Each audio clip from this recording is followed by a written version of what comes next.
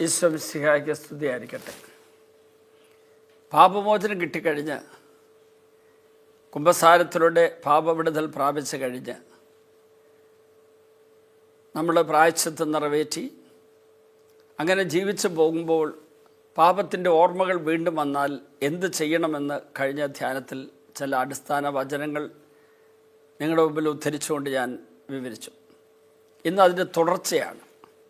സങ്കീർത്തനം 103:12 നമ്മൾ വായിക്കുന്നു, കിഴക്കും പടിഞ്ഞാറും തമ്മിലുള്ള അകലത്തിൽ നമ്മുടെ പാപങ്ങൾ അവിടുന്ന് നമ്മിൽ നിന്ന് അകറ്റി നിർത്തിയിരിക്കുകയാണ്. ഇതൊരു വലിയ ആശ്വാസദൂത് നൽകുന്ന വചനമാണ്. കിഴക്കും പടിഞ്ഞാറും, east and west, south and north, ഇങ്ങനെയുള്ള ദിക്കുകൾ ഒരിക്കലും ഒരുമിച്ച് കൂടില്ല. കിഴക്കും പടിഞ്ഞാറും തമ്മിലുള്ള അകലം എന്ന് പറയുന്നത് അത് വീണ്ടും ഇനി ഒരുമിച്ച് കൂടാത്തൊരകലമാണ്, അടുത്തു വരാത്തൊരകലമാണ്. ആ കിഴക്കും പടിഞ്ഞാറും തമ്മിലുള്ള അകലത്തിൽ നമ്മുടെ പാപങ്ങളെ തമ്മിൽ അകറ്റി നിർത്തിയിരിക്കുന്നു എന്ന് പറഞ്ഞതിൻ്റെ അർത്ഥം ഇനി ഒരിക്കലും ആ പാപം നമ്മിലേക്ക് തിരിച്ചു വരികയില്ല. നമ്മൾ മനസ്സുകൊണ്ട് അതിനെ ആഗ്രഹിക്കുകയോ അതിനെ മനസ്സിൽ വെച്ച് താലോലിക്കുകയോ അത് വേണം അല്ലെങ്കിൽ വേണോ വേണ്ടയോ അങ്ങനെയുള്ള ആലോചനയ്ക്ക് വരാതിരിക്കുകയോ ചെയ്താൽ അത് നമ്മുടെ അടുത്തേക്ക് വരില്ല. അത് നമ്മെക്കൊണ്ട് ചെയ്യിപ്പിക്കാനായിട്ട് പ്രലോഭനമായിട്ട് വരുന്ന പിശാച് നമ്മുടെ അടുത്തേക്ക് ഈ പ്രലോഭനമായിട്ട് വരില്ല. അടുത്ത വചനം കൂടി നമുക്ക് നോക്കാം. അങ്ങനെ അവിടുന്ന് അവ അകറ്റി നിർത്തിയെന്ന് മാത്രമല്ല, ജോബിൻ്റെ പുസ്തകം 14:17 പറയുന്നത്, എൻ്റെ അതിക്രമങ്ങളെ, എൻ്റെ പാപങ്ങളെ സഞ്ചിയിലാക്കി മുദ്ര വയ്ക്കും, എൻ്റെ അകൃത്യങ്ങളെ മറയ്ക്കും. ഒരു സഞ്ചിയിലാക്കിയിട്ട് പാപങ്ങളെ വലിച്ചു മുറുക്കി കെട്ടിയിട്ട് പിന്നെ എന്ത് ചെയ്യുമെന്ന് വീണ്ടും മിക്ക 7:19 പറഞ്ഞിട്ടുണ്ട്. മിക്ക 7:19 അവിടുന്ന് വീണ്ടും നമ്മോട് കാരുണ്യം കാണിക്കും, നമ്മുടെ അകൃത്യങ്ങൾ അവിടുന്ന് ചവിട്ടി മെതിക്കും, ആഴിയുടെ അഗാധങ്ങളിലേക്ക് നമ്മുടെ പാപങ്ങൾ അവിടെ തൂത്തെറിയും. ഈ പാപങ്ങളെ ഒരു സഞ്ചിയിലാക്കി മുദ്ര വെച്ച് വരിഞ്ഞു മുറുക്കി കെട്ടിയിട്ട് കടലിൻ്റെ അടുത്തിട്ട് കൊണ്ടിടും. അന്നത്തെ കാലത്ത് ജനങ്ങളുടെ ഒരു ധാരണ കടലിലെ ഏറ്റവും അടിത്തട്ടിലുള്ള ഒരു വസ്തുവിലേക്ക്, ആ മേഖലയിലേക്ക് പോകാൻ ആരെക്കൊണ്ടും പറ്റില്ല. അവിടുത്തെ പ്രഷറിൻ്റെ ഫലമായിട്ട് മാത്രമല്ല, ഇന്നും അത് ഒരു സത്യമാണ്. ഒരു മനുഷ്യൻ്റെ സാധാരണയുള്ള ഒരവസ്ഥയിൽ അങ്ങനെ പോകാൻ പറ്റില്ല. അങ്ങേയറ്റത്തെ സുരക്ഷാ നടപടികൾ എടുത്തിട്ട് പോലും അടുത്ത കാലത്ത് അവിടെ പോയ ഒരു ഗ്രൂപ്പ്, അവർ പിന്നെ ആ യന്ത്രം തകർന്ന് അവരുടെ ജീവൻ നഷ്ടപ്പെട്ട ചരിത്രം നമുക്കറിയാം. ആഴിയുടെ അഗാധങ്ങളിൽ പാപത്തെ കൊണ്ടുപോയി അവിടുന്ന് ആക്കും എന്ന് പറഞ്ഞതിൻ്റെ അർത്ഥം ഇരിക്കുക, അങ്ങോട്ട് തൂത്തെറിയും എന്ന് പറഞ്ഞതിൻ്റെ അർത്ഥം ഇനി ഒരിക്കലും ഈ പാപമേഖല നമ്മുടെ ജീവിതത്തിലേക്ക് വരില്ല. ഏഷ്യ 65:17 ഇതാ ഞാൻ പുതിയ ആകാശവും പുതിയ ഭൂമിയും സൃഷ്ടിക്കുന്നു, പൂർവ്വകാര്യങ്ങൾ മനസ്സിൽ വരികയോ അനുസ്മരിക്കുകയോ അവ മനസ്സിൽ വരികയോ ഇല്ല. കഴിഞ്ഞകാല പാപങ്ങൾ ഇനി കർത്താവിൻ്റെ മനസ്സിലില്ല, അത് അനുസ്മരിക്കില്ല. ഏഷ്യ 51:8 ഞാൻ നൽകുന്ന മോചനം നിത്യമാണ്, രക്ഷ തലമുറകളോളം നിൽക്കും. ഈ കുമ്പസാരത്തിലൂടെ പാപമോചനം കിട്ടുമ്പോൾ കിട്ടുന്ന വിടുതലും രക്ഷയും അഭിഷേകവും നിത്യം നിലനിൽക്കുന്നതാണ്, നമ്മൾ ആത്മാർത്ഥതയോടെ ദൈവത്തോട് സഹകരിക്കുകയാണെങ്കിൽ മാത്രം. ജെറമ്യ 31:34 അവരുടെ അകൃത്യത്തിന് ഞാൻ മാപ്പ് നൽകും, അവരുടെ പാപം മനസ്സിൽ വയ്ക്കുകയില്ല. ഹെബ്രായർ 8:12 അവരുടെ അനീതികൾക്ക് നേർക്ക് ഞാൻ കരുണയുള്ളവനായിരിക്കും, അവരുടെ പാപങ്ങൾ ഞാൻ ഒരിക്കലും ഓർക്കുകയില്ല. ഹെബ്രായർ 10:17 അവരുടെ ദുഷ്പ്രവൃത്തികളും പാപങ്ങളും ഞാൻ ഇനി ഒരു കാരണവശാലും ഓർക്കുകയില്ല. വ്യഭിചാരത്തിൽ പിടിക്കപ്പെട്ട സ്ത്രീ യേശുവിൻ്റെ മുമ്പിൽ യഹൂദർ അവരെ കൊണ്ടുവന്നപ്പോൾ, വ്യഭിചാരത്തിൽ പിടിക്കപ്പെട്ടവളാണ്, ഇങ്ങനെയുള്ളവരെ കല്ലെറിഞ്ഞു കൊല്ലണമെന്ന് മോശയുടെ നിയമത്തിൽ പറഞ്ഞിട്ടുണ്ട്, എന്താ ചെയ്യേണ്ടത്? തീരുമാനമെടുത്തു. യേശു ഒന്നും വേണ്ടിയില്ല. അവർ ആവർത്തിച്ച് ചോദിച്ചപ്പം പറഞ്ഞു, അവളെ കല്ലെറിഞ്ഞു കൊല്ലാൻ, അവളെ ഇല്ലാതാക്കാൻ ഒരു കൂട്ടർക്കേ യോഗ്യതയുള്ളൂ, പാപം ചെയ്യാത്തവർ. പാപം ചെയ്യാത്തവരാരെങ്കിലും ഉണ്ടോ? എങ്കിൽ ചെയ്തു. ഈശോ അവരുടെ കല്ല് താഴെയിടാൻ പറഞ്ഞിട്ടില്ല, തിരിച്ചു പോകാൻ പറഞ്ഞിട്ടില്ല, വഴക്ക് പറഞ്ഞില്ല. ഒറ്റ കാര്യം മാത്രം പറഞ്ഞു, അത് ചെയ്യാൻ പറ്റുമെങ്കിൽ ചെയ്തു, അതിനുള്ള യോഗ്യത ഉണ്ടെങ്കിൽ ചെയ്തു. പാപം ചെയ്തില്ലെങ്കിൽ നിങ്ങൾക്ക് കല്ലെറിയാം. എല്ലാവരും വൃദ്ധന്മാരും ചെറുപ്പക്കാരും ഒക്കെ കല്ല് താഴെയിട്ട് പോയി. എല്ലാവരും പോയപ്പോൾ ഈശോ ചോദിച്ചു, ആരും നിന്നെ ശിക്ഷിച്ചില്ലേ? ഇല്ല ഗുരു. അപ്പോൾ ഈശോ പറഞ്ഞു, ഞാനും നിന്നെ ശിക്ഷിക്കുന്നില്ല. പക്ഷെ അത് കഴിഞ്ഞ് പറഞ്ഞ വാക്ക് വളരെ വളരെ ശക്തമായ ഒരു സന്ദേശം നൽകുന്ന വാക്കായിരുന്നു, വചനമായിരുന്നു. വാക്കല്ല, വചനം. ഒരു വലിയ വചനം.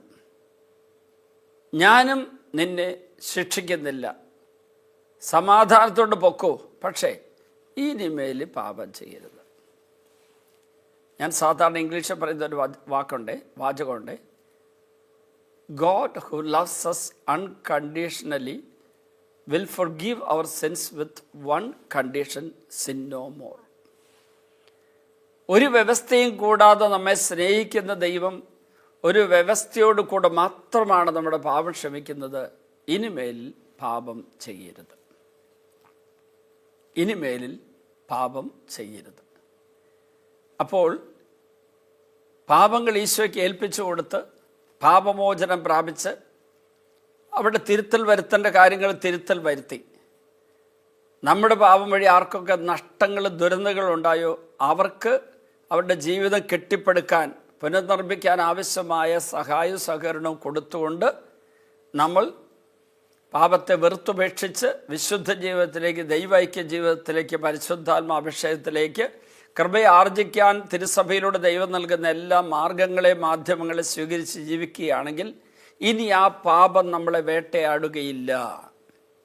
പക്ഷെ അതിന് ഒരു വ്യവസ്ഥ ഈശോ പറയുകയാണ്, ഇനിമേൽ പാപം ചെയ്യരുത്,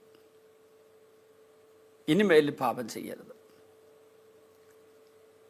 ധ്യാനിക്കാൻ വന്ന ഒരാൾ, അയാൾ എന്നോട് പറഞ്ഞത്, അച്ഛാ എനിക്കൊരു പ്രശ്നമുണ്ട്, ഇതെൻ്റെ ഒരു ബലഹീനതയാണ്. ഈ ബലഹീനത ഞാൻ സ്വന്തമാക്കിയതൊന്നുമല്ല, ദൈവം എന്നിൽ തന്നിരിക്കുന്ന എൻ്റെ ഒരു സ്വഭാവമാണ്. അതുകൊണ്ട് വീണ്ടും ഞാൻ പാപത്തിൽ വീണ് പോകും. ഞാൻ ചോദിച്ചു, ഞാനെന്ത് ചെയ്യണ്ടേ? അയാൾ ഇനിയും പാപം ചെയ്യുമെന്ന് ഉറപ്പോടുകൂടി എൻ്റെ അടുക്കൽ വെള്ളിയാഴ്ച ആശീർവാദം മേടിക്കാൻ വന്നത്. അല്ല, അച്ഛനൊരു ആശീർവാദം തന്ന് അച്ഛൻ എന്നെ പാപം ഇനി ചെയ്യാത്ത വിധം ശക്തിപ്പെടുത്തണം. ഞാൻ പറഞ്ഞു, ഞാൻ ആശീർവാദം തരാം, പക്ഷേ ഞാൻ നൽകുന്ന ആശീർവാദം എൻ്റെ കരം നിങ്ങളുടെ ശിരസിൽ ഞാൻ വെക്കുമ്പോൾ എൻ്റെ കരങ്ങൾക്ക് മീതെ ഈശോയുടെ കരങ്ങളാണ് വെക്കുന്ന ഈശോ. എൻ്റെ പൗരോഹിത്യ വരമുള്ള കരങ്ങൾ, ആ പൗരോഹിത്യ വരമുള്ള കരങ്ങളിലൂടെ പ്രവർത്തിക്കുന്ന ഈശോ ആണ്. പൗരോഹിത്യ വരമുള്ള പുരോഹിതന് അപ്പവും വീഞ്ഞും എടുത്ത് ബലിയർപ്പിക്കുമ്പോൾ പ്രവർത്തിക്കുന്നത് പരിശുദ്ധ തൃത്വമാണ്. ഈശോ എന്ത് ചെയ്താലും അവിടെ പരിശുദ്ധ തൃത്വത്തിൻ്റെ പ്രവൃത്തിയാണ്. പരിശുദ്ധാത്മ എന്ത് ചെയ്താലും തൃത്വത്തിൻ്റെ പ്രവൃത്തിയാണ്. പിതാവ് ചെയ്യുന്നതെല്ലാം തൃത്വത്തിൻ്റെ പ്രവൃത്തിയാണ്. പരിശുദ്ധ തൃത്വത്തിൻ്റെ കൂട്ടായ്മയിലുള്ള പ്രവർത്തനമാണത്. എൻ്റെ കരങ്ങൾക്ക് മീതെ ദൈവത്തിൻ്റെ കരങ്ങളുണ്ട്. അവിടുത്തെ രക്ഷാകര ബലിയുടെ യോഗ്യത എൻ്റെ കരങ്ങളിലൂടെ അവിടുന്നാണ് ഒഴുക്കുന്നത്, ഞാനല്ല. എന്നിലുള്ള എന്തെങ്കിലും കൃപയല്ല അവിടെ അത്ഭുതം പ്രവർത്തിക്കുന്നത്. അതുകൊണ്ട് നിന്നിലേക്ക് ദൈവത്തിൻ്റെ കൃപ വരണമെങ്കിൽ ഈ പാപം വീണ്ടും ചെയ്യാതിരിക്കാനുള്ള കൃപ നീ ആർജിക്കണം. അതിനുള്ള വില നീ കൊടുക്കണം. പാപ സാഹചര്യങ്ങൾ വിട്ടുപേക്ഷിക്കണം. മറ്റൊന്നുള്ളത്, പാപത്തെ ന്യായീകരിക്കുന്ന സ്വഭാവത്തിൽ നീ മോചനം പ്രാപിക്കണം. ഇതെൻ്റെ ടെമ്പറമെൻ്റാണ്, ഇതെൻ്റെ പ്രകൃതിയാണ്, ഇതെൻ്റെ സ്വഭാവമാണ്, അത് തലമുറകളിലൂടെ എന്നിലേക്ക് വന്നതാണ്, മറ്റുള്ളവരതിന് കാരണം എന്നൊക്കെ പറഞ്ഞ് ന്യായീകരിക്കുന്ന ഒരാൾക്കും യേശുവിലൂടെയുള്ള അനുഗ്രഹം പ്രാപിക്കൽ നടക്കില്ലെന്ന് മാത്രമല്ല, അവനെ പിശാച് അവൻ്റെ പുറകെ വരും, അവനെ വിട്ടുപോവില്ല. ഇവൻ്റെ ന്യായീകരണം കിടക്കുക. പാപത്തെ ന്യായീകരിക്കുന്ന ഒരാൾക്ക് പോലും പിശാച് അവനെ വിട്ടുപോകുന്ന, ദൈവം അവനെ സ്വന്തമാക്കുന്ന അവസ്ഥയിലേക്ക് വളരാൻ പറ്റില്ല. അതുകൊണ്ട് നമുക്ക് പ്രത്യേകമായിട്ട് പ്രാർത്ഥിക്കാം. കർത്താവെ, പാപത്തെ വെറുത്തുപേക്ഷിക്കാനും വീണ്ടും പാപം ചെയ്യില്ല എന്നുള്ള തീരുമാനമെടുക്കാനുമുള്ള വരവും കൃപയും ഞാൻ യാചിക്കുന്നു. നമുക്ക് ഒരു നിമിഷം കണ്ണുകളടച്ച് തമ്പുരാൻ്റെ മുമ്പിൽ പാപത്തെ വെറുത്തുപേക്ഷിക്കാനും ദൈവത്തോടുള്ള ഐക്യത്തിൽ ദൈവകൃപ പ്രാപിക്കാനും പാപത്തെയും ബലഹീനതയും ന്യായീകരിക്കുന്ന സ്വഭാവത്തിൽ മോചനം പ്രാപിക്കാനുള്ള കൃപ ഈശോയെ ഞങ്ങൾക്ക് തരണമേ.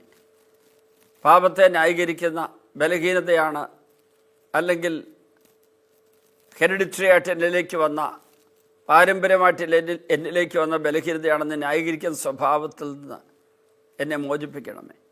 അങ്ങ് ബലം തരാൻ തയ്യാറാണ്, കൃപ തരാൻ തയ്യാറാണ്. ഒരു കുഞ്ഞിനെ പോലെ ഞാൻ അങ്ങയുടെ കരങ്ങളിലേക്ക് എന്നെ സമർപ്പിച്ചാൽ അങ്ങത് തരുമെന്ന് എനിക്കറിയാം. അതിനുള്ള കൃപ നൽകണമേ. പിതാവിൻ്റെയും പുത്രൻ്റെയും പരിശുദ്ധാത്മാവിൻ്റെയും നാമത്തിൽ ആമേൻ.